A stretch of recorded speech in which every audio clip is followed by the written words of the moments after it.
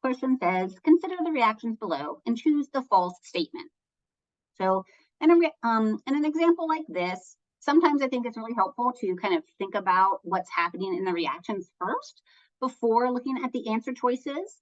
Sometimes the answer choices can throw you off a little bit. So I recommend looking at the reactions, thinking about what's going on in them, what mechanism is happening, what intermediate might be forming, before even looking at the answer choices.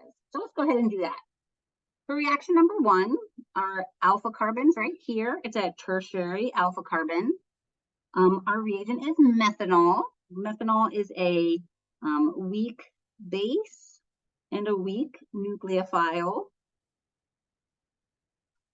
All right, so in reaction 1, if you have a weak base and a weak nucleophile, that's going to favor a unimolecular reaction. Especially the tertiary substrate is favoring that also. So let's draw out the carbocation intermediate that we're going to form in this reaction.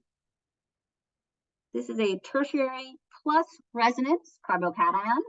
The positive charge is allylic to the pi bond at the aromatic ring, which is one of our resonance patterns. So there will be kind of extended resonance into the aromatic ring.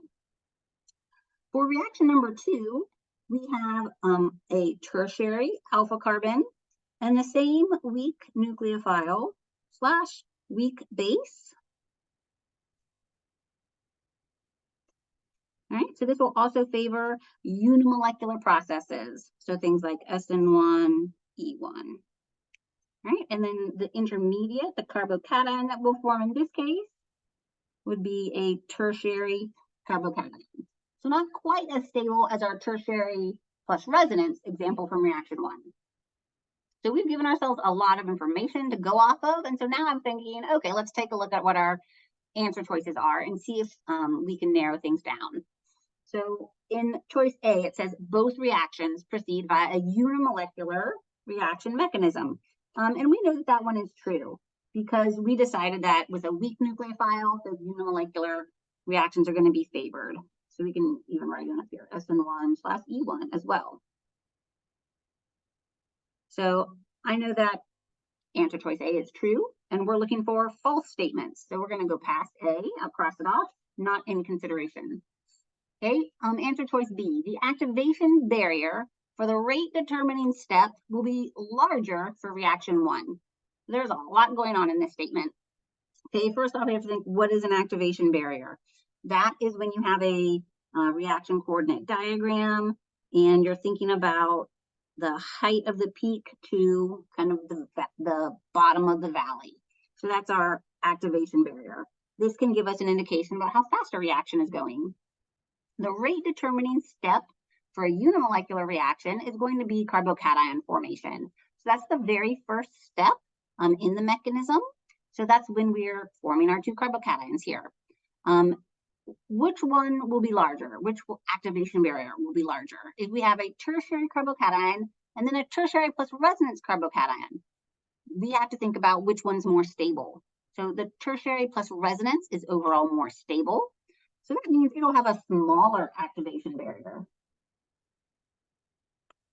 versus a larger activation barrier in reaction 2. So right off the bat, I think that this is false. But let's check our other answer choices just to be sure.